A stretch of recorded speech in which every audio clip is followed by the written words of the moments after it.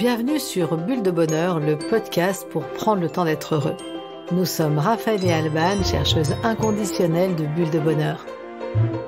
Ce podcast est propulsé par les Jeux 2 minutes et publié tous les jeudis.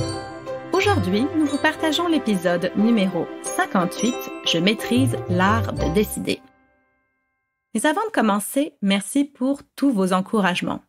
Vous êtes de plus en plus nombreux à nous soutenir et à nous dire combien ces bulles de bonheur sont sympas à écouter.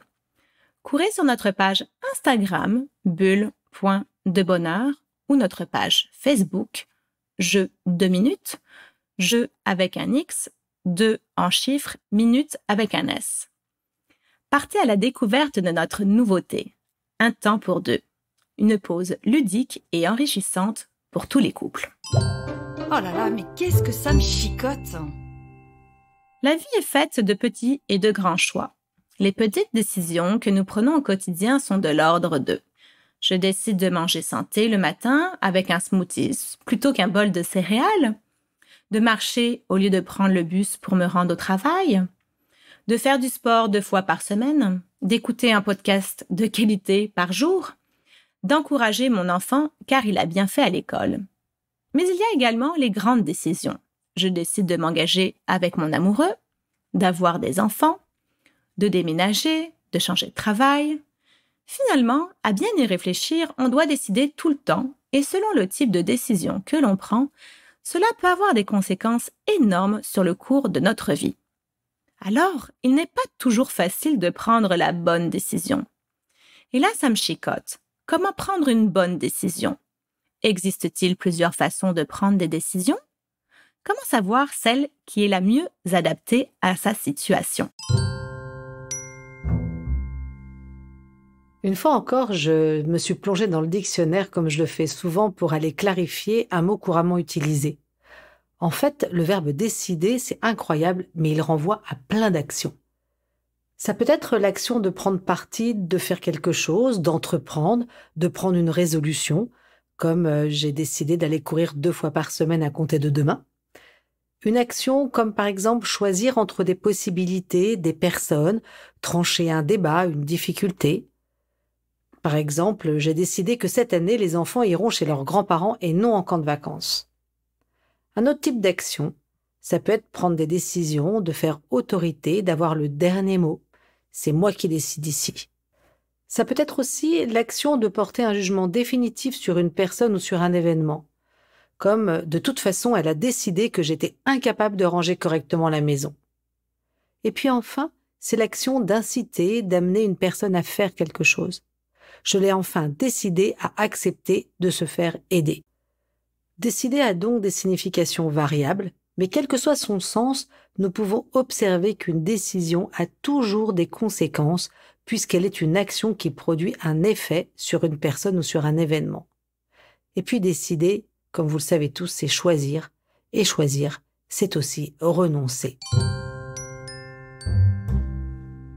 Besoin de contrôle, besoin de pouvoir, problème d'estime de soi, peur des conséquences. La capacité à décider renvoie sans doute un peu à tout ça.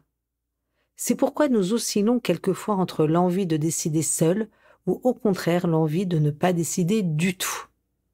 De même, nous pouvons rencontrer des positions extrêmes comme des personnes qui veulent toujours décider et d'autres au contraire qui sont incapables et qui n'osent jamais prendre de décision. Et ça touche toutes les sphères de notre vie. Du choix des lunettes chez l'opticien au carrelage de la salle de bain, c'est aussi le choix de décider pour s'engager dans une vie maritale ou alors décider entre 2 jobs qui nous sont proposés. Nous pouvons détester prendre des décisions, ne pas apprécier la manière dont une décision est élaborée ou encore être en désaccord avec une décision prise. Il reste cependant que décider est essentiel pour fonctionner, que ce soit en organisation ou dans sa vie tout simplement. Aussi, décider comment décider devient une question majeure pour chacun d'entre nous. Et que nous soyons politiques, managers, collaborateurs, travailleurs indépendants, mais aussi parents, conjoints, amis, citoyens, bref, savoir comment décider est fondamental. Aujourd'hui, dans notre podcast, nous avons fait un choix, c'est-à-dire qu'on a pris une décision. Et nous avons eu envie de réfléchir à la façon de prendre une bonne décision.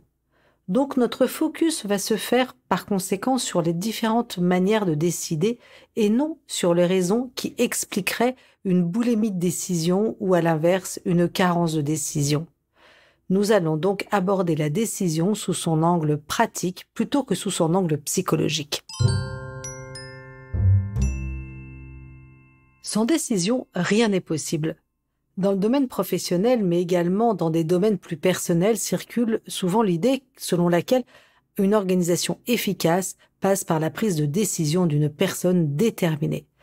Comme le manager pour une entreprise, un adulte dans la famille, l'individu pour sa propre vie, et par l'application de cette décision pour ses destinataires. Ce mode de gouvernance est toutefois assez réducteur de la réalité, et il masque le fait que les modes de prise de décision sont non seulement variés, mais aussi complexes. Ça m'amuse d'entendre le PDG de Netflix, Reed Hastings, dire qu'il est fier de prendre le moins de décisions possibles au cours d'un trimestre, et de pouvoir même parfois passer un trimestre entier sans prendre une seule décision. De quoi dérouter certaines idées reçues, surtout quand les salariés de Netflix montrent un niveau de bien-être bien supérieur à ceux de nombreuses autres entreprises. Comme le souligne Luc Breton dans un article paru dans le Harvard Business Review, il n'y a pas de bonne ou de mauvaise manière de prendre une décision, seulement une façon de trancher adaptée ou non à une situation donnée à un instant T. Allez, je change de regard. Et si j'apprenais à décider comment décider? Alors, quels sont les différents modes de décision? Nous en avons sélectionné 5.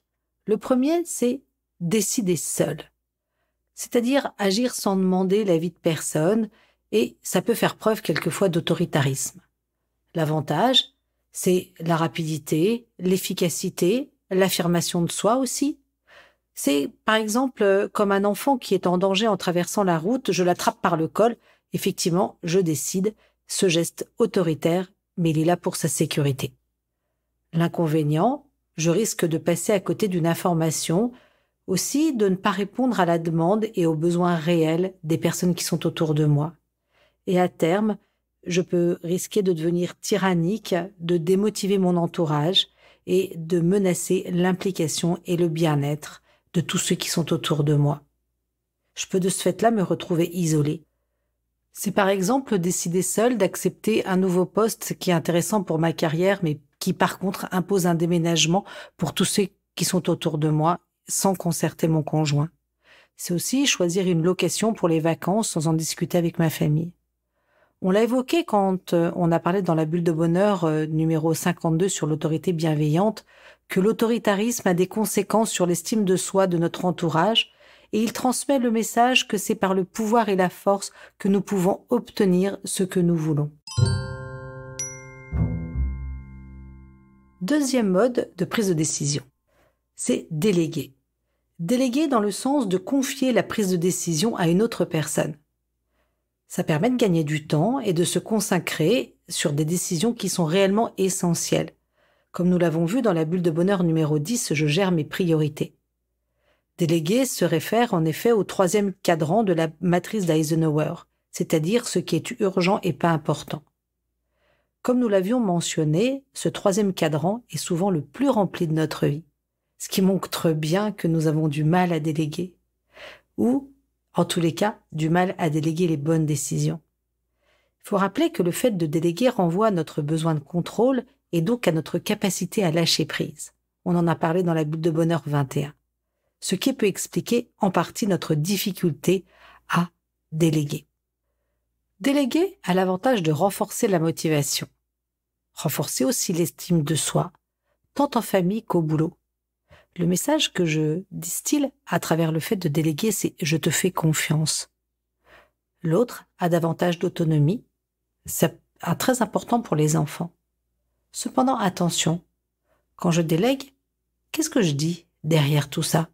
C'est « fais exactement comme je te dis » ou « fais comme bon te semble, l'idée est d'arriver là » ou encore « fais à ma place car je n'ai pas d'idée sur le sujet ». Et que se passe-t-il si nous sommes en opposition avec la décision? Quelle attitude adoptons-nous? La colère? L'acceptation? Le désengagement? Et là, nous touchons du doigt une notion que j'aime bien. Je tiens le crayon du livre de ma vie, et c'est à personne d'autre de le tenir de ma place. Donc en fait, en d'autres mots, c'est important d'accepter la responsabilité d'avoir confié la prise de décision à l'autre. Troisième forme de prise de décision, la consultation. Sans lâcher la main sur la décision finale, celui ou celle qui décide choisit de demander à un certain nombre de personnes de donner son point de vue. Soit parce que je n'ai pas les idées claires, soit ça dépasse mon niveau de compétence. Je vous renvoie à la bulle de bonheur numéro 49 sur la vulnérabilité. L'avantage ici est de s'enrichir de différents points de vue et d'avoir une vision plus complète de la situation et des implications de la décision. Nous disons à ceux que nous consultons, « Ton avis est important pour moi ». C'est souvent ce que nous faisons quand nous demandons un conseil à notre conjoint, à un ami ou encore à un collègue pour nous éclairer dans un choix que nous avons à faire. Le bémol. Ceux qui ne sont pas consultés peuvent se sentir exclus, et puis aussi le processus de décision est plus long.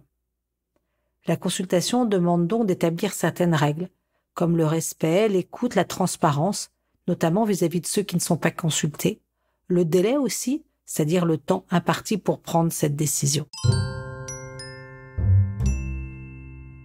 Quatrième mode de prise de décision, le vote. La majorité l'emporte. C'est un mode que nous connaissons bien, évidemment en politique, mais aussi dans le milieu professionnel. Il peut être aussi très utile en famille quand aucune solution arrive à satisfaire tout le monde et qu'une décision doit être prise, comme le lieu de vacances, le choix d'un film le soir ou une sortie familiale de week-end. Le vote est d'ailleurs souvent à favoriser au tirage au sort, dont l'aléa a plus de chances de mécontenter que le résultat négatif du vote. Toutefois, il sera nécessaire de prendre soin de la minorité, de ceux qui n'ont pas été satisfaits dans le choix qui a été fait. Ainsi, si nous prenons l'exemple de la famille, ça sera important de nommer le fait que certains d'entre nous, certains de membres de la famille ne seront pas satisfaits et décrire, voire même accueillir les sentiments désagréables qui y sont associés. C'est par exemple, donc, les résultats du vote ont donné que nous irons tous nous balader en forêt dimanche. Je sais que certains d'entre vous vont être bien déçus, car c'était pas leur choix. Cinquième mode de prise de décision. Trouver un terrain d'entente win-win. C'est-à-dire une décision qui va prendre en compte au maximum les besoins et les intérêts de chacun. Chacun va donc établir la liste de ses besoins et puis va les prioriser. Et ça veut dire que chacun a conscience qu'il faudra renoncer à ses besoins mineurs.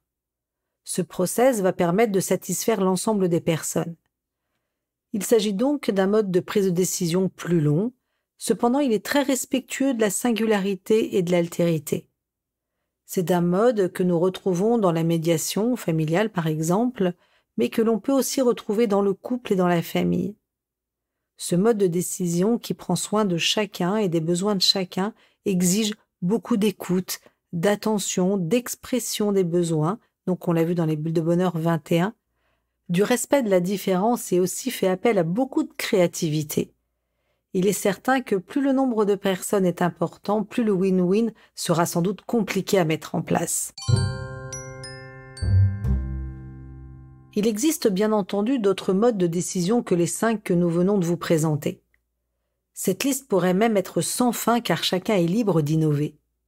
Quel que soit le mode de prise de décision retenu, l'essentiel est de rester souple, de faire preuve de curiosité et de respect. Nous l'avons dit, il n'y a pas un mode de décision, mais différents modes qui seront à appliquer en fonction des situations. Comme nous avons pu le constater pendant cette période de pandémie, par exemple, certaines décisions ont été prises de manière unilatérale car l'urgence sanitaire l'exigeait. D'autres ont nécessité des consultations, d'autres ont encore été l'objet de consensus, comme la reprise de l'école sur la base volontaire par exemple. Autre constat que j'ai trouvé intéressant dans cette période, c'est que quoi qu'il arrive, une décision est souvent sujette à controverse. Heureusement que ce type de décisions collectives liées à la gestion d'une pandémie sont quand même exceptionnelles. Les quelques clés pour maîtriser cet art de décider, c'est connaître les conséquences de chaque type de décision pour pouvoir décider de manière adaptée et en fonction des circonstances. C'est aussi assumer nos décisions, c'est-à-dire en assumer les conséquences. Mais ça implique aussi d'accepter nos erreurs.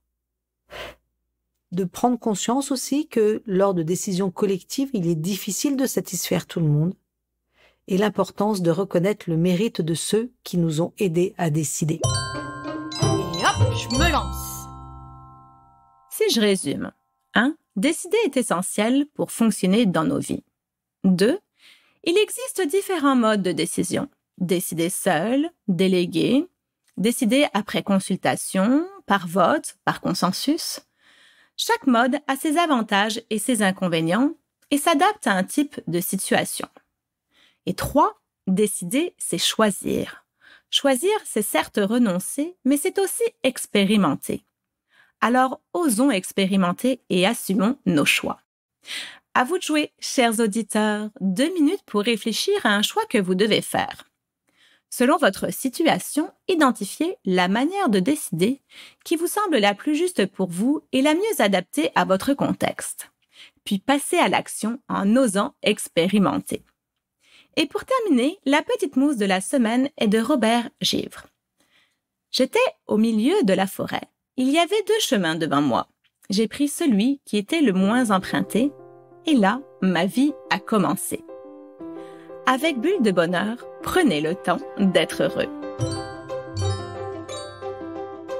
Merci pour votre écoute. Si vous avez aimé, dites-le nous avec 5 étoiles. Laissez vos commentaires et envoyez des bulles de bonheur à vos amis en partageant ce podcast. Inscrivez-vous à la newsletter en allant sur notre site jeu2minutes.com, GUX, 2 en chiffres, minutes avec un S, pour être notifié des prochains épisodes.